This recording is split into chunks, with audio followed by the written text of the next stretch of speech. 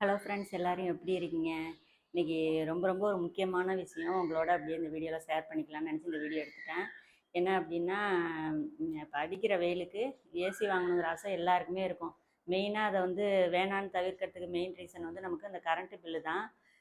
Current பில்லுன்னு பார்த்தீங்கன்னா நமக்கு ம், 1000 ரூபா அப்படிங்கிறது கூட கொஞ்சம் சமாளிக்கலான்னு வச்சிங்க ஓரளவுக்கு எல்லாரும். இது 3000, 4000, 5000லாம் கண்டிப்பாக நல்லா வசதியாக உள்ளவங்களே யோசிக்கிற மாதிரி விஷயம் அது. இப்போ அது மாதிரி தான் நாங்களும் யோசிச்சுட்டு வாங்காமல் இருந்தோம். இப்போ நாங்கள் கூரை வீட்டில் இருந்தப்பலாம் எங்களுக்கு அதெல்லாம் தேவையில்லை. ஏன்னா நைட்டில் நல்லா காற்று வரும் நமக்கு. எந்த இதுவுமே தேவையில்ல. இப்போ வந்து எங்கள் வீட்டில் அவங்களுக்கும் வேலை கடுமையான வேலை, பகல் ஃபுல்லாக வெயிலில் வேலை பார்த்துட்டு நைட்டில் சுத்தமாக தூங்கவே முடியல. ஏன்னா ஒட்டு கட்டடம் இல்லைன்னா ஃபேனு வந்து அதுக்கு முன்னாடி பார்த்தீங்கன்னா பின்னாடி தெரியும். எட்ஜஸ்ட் ஃபேன் இருக்குது பார்த்தீங்களா? அது வழியாக நமக்கு வந்து இந்த பக்கம் ஓப்பனில் இருக்கும். அதுக்கு நேராக ஆப்போசிட்டில் அப்படியே இந்த சைடு காட்டுறேன் பாருங்கள். இங்கே ஒரு ஜன்னல் இருக்கும். இந்த ஜன்னல் டோர் வந்து நம்ம வீட்டில் ஓப்பன்லேயே தான் வச்சுருப்போம். அப்படி இருந்துமே நமக்கு இந்த வருஷம் அடிச்சிருக்கிற வெயில் பார்த்திங்கன்னா ரொம்ப பயங்கரமாக இருக்குது. தூங்கவே முடியல. சரி பரவாயில்லன்ட்டு டிவியில் ஏசி வாங்கிட்டோம். வாங்கும்போது பார்த்திங்கன்னா நான் ஏசியை உங்களுக்கு காட்டுறேன் என்ன மாதிரி ஏசி வாங்கியிருக்கோம் அப்படின்னு. வாங்கும்போது முக்கியமாக நீங்கள் வந்து ஏசியில் வந்து கவனிக்கிறது 3 ஸ்டார் இல்லாமல் 5 ஸ்டார்னு கேட்டு வாங்குங்க. ஏன்னா 5 ஸ்டாருக்கும் 3 ஸ்டாருக்கும் ஒரு 5 ரூபா 6 ரூபா இந்த டிஃப்ரென்ஸ் தான் சொல்கிறாங்க. நம்ம அந்த பணம் வாங்குறப்ப நம்ம கொஞ்சம் யோசனை பண்ணிவிட்டு 3 ஸ்டார் வாங்கினோம்னா சொல்கிறாங்க, கடையில் வந்து சொல்கிறாங்க என்னென்னா கமர்ஷியலுக்கு தான் உங்களுக்கு வந்து 5 ஸ்டாரு, நார்மலாக வீட்டு யூஸுக்கெலாம் 3 ஸ்டார் யூஸ் பண்ணலான்னு சொல்கிறாங்க. கண்டிப்பாக அது வாங்கினீங்கன்னா கரண்ட் பில் ஜாஸ்தியாகும். அது மாதிரி என்ன மாடல் வாங்குறீங்க? நாங்கள் வாங்கியிருக்க வந்து 5 ஸ்டாராக கேட்டு வாங்கிட்டு டூயல் இன்வெர்ட்ருன்னு சொன்னாங்க. அப்போ அது வந்து கொஞ்சம் கரண்ட்டு வந்து கம்மியாக இதாகும் அப்படின்ட்டு சரின்ட்டு எடுக்கும்போது 38 ரூபா கிட்ட வந்துருச்சு. அப்புறம் அந்த ஃபிட்டிங் சார்ஜ் அந்த சர்வீஸ் பண்ணி கொடுப்பாங்கள்ல, அதோடு சேர்த்து நமக்கு 40 ரூபா வந்துருச்சு. 9000 ரூபா அட்வான்ஸ் பே பண்ணிவிட்டு மீதி எல்லாமே டியூவு 9 மாதம் டியூ போட்டு வாங்கியிருக்கோம். 3 மாதம் முடிஞ்சிருக்கு. இப்போ வந்து நான் வாங்கினது வந்து எல்ஜி தான். இது ப்ரமோஷன்லாம் எதுவுமே கிடையாது. நம்ம சேனல் இன்னும் மானிட்டேஷன் கூட ஆகலை. இருந்தாலும் யூஸ்ஃபுல்லாக இருக்கும் ஒரு சிலருக்கு அப்படிங்கிறதுக்காக சொல்கிறேன். மெயின் ரீசன் வந்து நீங்கள் கரண்ட்டு பில்லு அதிகம் போகாமல் இருக்கிறதுக்கு இது ஒன்று பார்த்து வாங்கிக்கிங்க. அப்புறம் இன்னொரு வேலை ஒன்று எங்கள் வீட்டில் வந்து அவங்க கார்பெண்டர் அப்படிங்கிறதுனால அவங்க எந்த வேலை எடுத்தாலும் அவங்களோட பங்களிப்பு இல்லாமல் எந்த வேலையும் செய்ய மாட்டாங்க. இல்லை கரண்ட்டு கொஞ்சம், அதாவது ஏசியோட அந்த ஸ்பீட் லெவல் கூட குறைச்சி வைப்போம்ல, அது வந்து அட்ஜஸ்ட் பண்ணி வச்சுக்கிற மாதிரி ஒரு சூப்பராக நல்ல ஐடியா. எங்களுக்கு இது நல்ல ஐடியா. அவங்க யோசித்து செஞ்சது நான் அப்படியே காமிக்கிறேன். ஏசியோட இதுவே உங்களுக்கு கொஞ்சம் வித்தியாசமாக தெரியும். கண்டிப்பாக கரண்ட்டு பில்லு கம்மியாக இருக்கிறதுக்கு இதுவும் ஒரு ரீசன்னு சொல்லலாம். நான் காமிக்கிறேன் உங்களுக்கு ஏசியை. இதுதான் ஏசி பார்த்துங்க. டியூவல் இன்வெர்ட்டர்னு போட்டிருக்கா எல்ஜி. அப்படியே மேலே காமிக்கிறேன் பாருங்கள், 5 ஸ்டார்னு போட்டிருக்கா. இப்போ தான் கிட்டத்தட்ட ஏப்ரல் 20 வாங்கினோம். இது பார்த்தீங்கன்னா மைக்கா உங்களுக்கு சைடில் பார்த்தீங்கன்னா இந்த மாதிரி ஃபிட் பண்ணியிருக்காங்க. பார்த்தீங்கன்னா தெரியும், லைட்டாக கேப் இருக்கும், ஏசியில் போய் உரசாது. அதே சமயம் 2 பக்கமும் இதை மாதிரி ஸ்டாண்டு மாதிரி கொடுத்துருக்காங்க பாருங்கள்.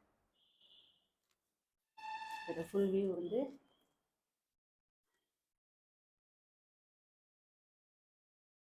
பார்த்தீங்கன்னா தெரியும். இந்த பக்கமும் உங்களுக்கு ஸ்டாண்டு மாதிரி இருக்கா. இதில் வந்து இது எதனால இப்போ இது வச்சுருக்காங்கன்னு வச்சுங்களேன். இதை ஃபுல்லாக பார்த்துருங்க, நான் அதுக்கப்புறம் சொல்கிறேன். உள் பக்கம் வந்து மைக்கா 4 மைக்கா இல்லை, நார்மல் மைக்கா தான் டிசைனு. வெளிப்பக்கம் பார்க்கும்போது உங்களுக்கு ப்ளைனாக அந்த மாதிரி இருக்குது. இது மைக்கா அப்படிங்கிறனால வளையிற தன்மையோடு இருக்கும். ஏசி காமிச்சிட்டேன்னா பார்த்துட்டிங்களா. இது மாதிரி வச்சுருக்கிறது என்னன்னு வச்சிங்களா. ஃபஸ்ட்டு நம்ம ஏசி வைக்கும்போது நம்பர் வந்து பார்த்திங்கன்னா 22ல் வச்சு வைக்கிறோம். வச்சுட்டு கரெக்டாக 1 மணி நேரம் தான். நாங்கள் வந்து 9:30 மணிக்கு போட்டு விட்டோம்னா 10:30 மணி வரைக்கும் அந்த 22ஆம் நம்பர்லாம் இருக்கும். அதுக்கு கீழே போயிடாதீங்க. 24 தான் அவங்க வைக்க சொன்னாங்க. இப்போ வெயில் அடிக்கிறதுனால ரொம்ப அதிகமாக இருக்கிறதுக்கு 24ல் வச்சோம்னா ரொம்ப கூலிங்கிறவங்க ரொம்ப லேட் ஆகுது. அதனால் நான் என்ன பண்ணுறோம், இப்போ 1 மணி நேரம் 22ல் வச்சுட்டு அதுக்கப்புறம் 26 ரூம் டெம்பரேச்சர் ஒரு 27, 28 இந்த கண்டிஷனுக்கு வந்ததுக்கப்புறம் 26ல் வச்சிடுறோம். அது வந்து ஒரு 5 மணி வரைக்கும் எங்களுக்கு அவ்வளோதான். அதுக்கப்புறம் 5 மணிக்கு அலாரம் வச்சுட்டு எந்திரிக்கிற டைமாக ஏசி ஆஃப் பண்ணிவிட்டு ஃபேன் போட்டு விட்டுக்கிறது. இந்த எட்ஜஸ்ட் ஃபேன் இதை மட்டும் இந்த ஜன்னலை ஓப்பன் பண்ணிவிட்டு ஃபேன் போட்டுக்கிறோம். இது நைட்டு 9:30 மணிக்கு ஆன் பண்ணிவிட்டு காலையில் 5 மணி வரைக்கும் ஓடுது. 1 மணி நேரம் மட்டும் 10:30 மணி வரைக்கும் 9:30 to 10:30 22ல் வச்சுட்டு அதுக்கப்புறம் வந்து 26ல் வச்சிடறோம். இப்போ வந்து ஏப்ரல் மாதம் 20ஆம் தேதி நாங்கள் வாங்கினோம். மே மாதம் கரண்ட் பில்லு குறிக்க வந்தாங்க ஒரு 6-7 தேதிக்கெலாம். அந்த 10-12 நாள் கேப்பில் பார்த்தீங்கன்னா நமக்கு எதனால எவ்வளோ கரண்ட் பில்லு வருதுன்னு கணிக்க முடியல. 400 சொச்ச ரூபா வந்துச்சு. ஏன்னா இப்போ ஏசி அப்போ தான் போட்டிருக்கோமா, அதனால் சரியாக கணிக்க முடியல. சரி, அதுக்கப்புறம் பார்த்தீங்கன்னா மே மாதம் குறிச்சிட்டு போயிட்டாங்க. அடுத்தது ஜூன் மாதம் ஃபுல்லாக போய் மே மாதம் ஃபுல்லாக போய் ஜூலையில் கரண்ட் பில்லு கட்டியிருக்கோம். இந்த மாதம் எவ்வளோ வந்திருக்குன்னு பார்த்தீங்கன்னா 926 ரூபா வந்திருக்கு. இது என்ன கணக்கில் நம்ம இதை யூஸ் பண்ணோம்னு வச்சுங்களேன், இந்த மாதிரி ஒரு மெத்தடில் யூஸ் பண்ணுங்கள். நம்பர் வந்து 22ல் வச்சுட்டு கூலிங் ஆனோன்னே 26ல். இது என்னன்னா இப்போ நமக்கு இந்த சீட்டு இல்லாமல் இருந்தப்போ ரூமு ஃபுல்லாக கூலிங் ஆகி அப்புறம் தான் நமக்கு காற்று வந்துட்டு இருந்துச்சு. அதனால என்னன்னா அந்த 22ஆம் நம்பருங்கிறத ஒரு 3 மணி நேரத்துக்கு கிட்டத்தட்ட போட்டிருந்தா தான் நமக்கு கூலிங் ஆகிற மாதிரி இருந்துச்சு. அதுக்கு தான் எங்கள் வீட்டில் என்ன பண்ணாங்க, இந்த சீட்டு வச்சுட்டாங்க. இப்போ என்ன ஆகுதுன்னா நாங்கள் படுத்த அந்த 1 மணி நேரத்துக்குள்ளே அந்த ஏரியா கட்டில் ஃபுல்லாக வந்து நமக்கு கூலிங் ஆகிடுது. முகத்துக்கு நேராக ஜில்லு ஜில்லுன்னு காற்று வருதா, அப்போ குறைச்சி வச்சிடறோம். விடிகிற வரைக்கும் நமக்கு அந்த மிதமான கூலிங் வந்து அதுவே குளிர ஆரம்பிச்சிருது. அது வந்து கரெக்டாக இருக்குது. கரண்ட் பில்லு வந்து ஒரு நைட்டுக்கு வந்து 3 யூனிட் ஓடுது நமக்கு. அது வந்து பரவாயில்ல, நார்மல் 3-4 ஓடுது. வீட்டு கரண்ட் வந்து ஒரு 2-3 யூஸ் ஆகுது. ஒரு நாளைக்கு 6லேருந்து 7 யூனிட் வந்து எங்களுக்கு யூஸ் ஆகுது. கிரைண்டர், வாஷிங் மிஷின் போட்டோன்னா 7 வரும். இல்லைன்னா அது தையல் மிஷின் வேறு இருக்கா, அது மோட்ரு மிஷினா, அது எல்லாம் ஓடுனுச்சுன்னா 7 வருது. அதெல்லாம் இல்லாமல் நார்மலாக வந்து வீட்டுக்கு 2 யூனிட்டும் ஏசிக்கு வந்து ஒரு 6 யூனிட் வந்து ரெகுலராக வந்து நமக்கு ஓடுது. மற்ற வீட்டில் இந்த மாதிரியான ஹெவி கிரைண்டரு, மிக்சி, அந்த அயன் பாக்ஸ்லாம் நாங்கள் போடுறதே இல்லை. அதாவது வீட்டில் அவங்களுக்கும் தம்பிக்கு மட்டும்தான் கடையில் எடுத்துகிட்டு போய் அயன் பண்ணிட்டு வந்துடுறாங்க. அதனால் நமக்கு அயன் பாக்ஸ் வந்து ரொம்ப நான் யூஸ் பண்ண மாட்டேன். தையலுக்கு மட்டும் துணி கொடுக்குறவங்களுக்கு ரொம்ப சுருக்கமாக இருந்தால் மட்டும் நான் அதை யூஸ் பண்ணுறேன். அந்த மாதிரி கரண்ட் பில்லு அந்த மாதிரி யூஸ் பண்ணிக்கிறோமா. ரைட்டு, இப்போ சொல்லிட்டேன், யூஸ் பண்ணுற விதம் சொல்லிட்டேன். அதே மாதிரி பார்த்தீங்கன்னா இப்போ நீங்கள் கூகுளெல்லாம் சர்ச் பண்ணி பார்த்தீங்கன்னா 100 யூனிட்டுக்குள்ளே ஒரு அமௌண்ட்டு போட்டிருக்கோம். 100லேருந்து 200க்குள்ளே ஒரு அமௌண்ட், அதாவது ஒரு யூனிட்டுக்கு இவ்வளோ கரண்ட்டு பில்லு சார்ஜுன்னு போடுவாங்களா, அந்த அமௌண்ட்டை சொல்கிறேன்.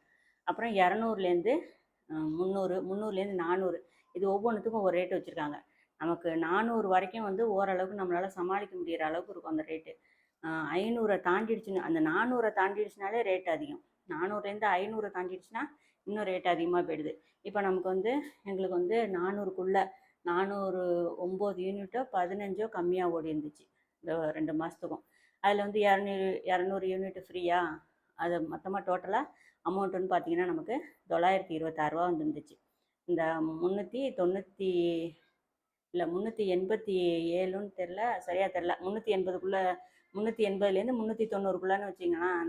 நான் ரீடிங் அட்டை வெளியில் இருக்குது, அந்த அளவுக்கு கூடியிருக்கு. நமக்கு அமௌண்ட்டு பார்த்தீங்கன்னா 926 ரூபா இந்த 2 மாதத்துக்கு நமக்கு ஏசிக்கு. என்ன இந்த வெயில் நாள் அதிகமாக, இடையில வந்து ஒரு 3 நாள் மழை பெஞ்சுதா, அப்போ போடலை. 2 மாதத்துக்கு மொத்தமாக 3 நாள் வந்து ஏசி யூஸ் பண்ணல, மீதி நாள் எல்லாமே யூஸ் ஆகிருக்கு. கரண்ட் பில்லு பார்த்திங்கன்னா 926 ரூபா. இது வந்து இந்த மாதிரி யூஸ் பண்ணோம்னா நமக்கு கரண்ட் பில் 1000 ரூபாக்குள்ளே வந்துருச்சுன்னா, இப்போ சிலிண்டர் வாங்கினோம்னாலும் நமக்கு 1000 ரூபா வருது 2 மாதத்துக்கு ஒரு தடவை. அதனால் 1000 ரூபாக்குள்ளங்கிறது கொஞ்சம் மனசை ஆறுதல் பண்ணிவிட்டு, இந்த வெயில் நாள் போகிற வரைக்கும் கொஞ்சம் நல்லா தூக்கம் இல்லைன்னா என்னோடய வேலை தையல் வேலையும் உஷ்ணமான வேலை, அதை பார்க்குறதும் சரி, எங்கள் வீட்டில் கார்பெண்டர் ஒர்க், வெயில் வேலை எல்லாமே. அதனால் நைட்டில் கொஞ்சம் நிம்மதியாக தூங்கினா மறுநாள் எழுந்திரிச்சு நம்மளால் கொஞ்சம் நல்லா வேலை செய்ய முடியும். இல்லைன்னா தூக்க கலக்கம் பகல் ஃபுல்லாக நமக்கு தூக்கமாகவே தான் இருக்கும். அதனால் ஏசி வேறு வழி இல்லாமல் வாங்கி போட்டோம். இப்போ இந்த மாதிரி நம்ம யூஸ் பண்ணிக்கிட்டோம்னா கரண்ட் பில் வந்து நமக்கு கொஞ்சம் பரவாயில்லையா இருக்கும், மனசுக்கு கொஞ்சம் ஆறுதலாக இருக்கும். 5000 4000ன்னு கட்ட முடியாது நம்மளால் கண்டிப்பாக. ஆனால் வீட்டு வாடகை கொடுக்குற அமௌண்ட் அதெல்லாம். அதனால் இது 1000 ரூபாங்கிறது ஓரளவுக்கு சமாளித்து, என்ன இப்போ மழை நாள் வந்துச்சுன்னா நமக்கு தேவைப்படலை, அது வரைக்கும் கொஞ்சம் ஒரு 4-5 மாதத்துக்கு நமக்கு தேவைப்படும். அதுக்கு இதை மாதிரி பார்த்து நம்ம செலவு பண்ணிக்கிட்டோம்னா நமக்கு கரண்ட்டு பில் வந்து கொஞ்சம் யூஸ் ஆகும்.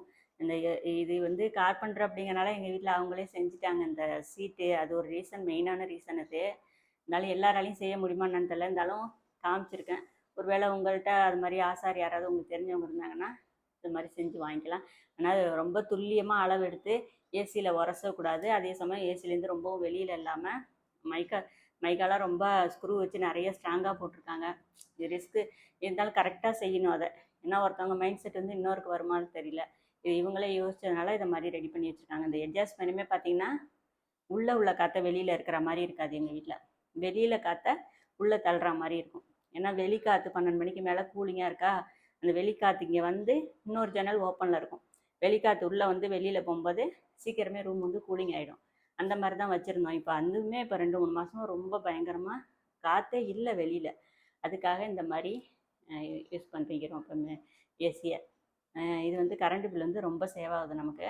இது ஏதாவது ஒரு வகையில் கண்டிப்பாக உங்களுக்கு யூஸ்ஃபுல்லாக இருக்குமே, சரி ஒரு வீடியோ போட்டுடலாமேன்னு தோணுச்சு, அதான் அந்த வீடியோ போட்டேன்.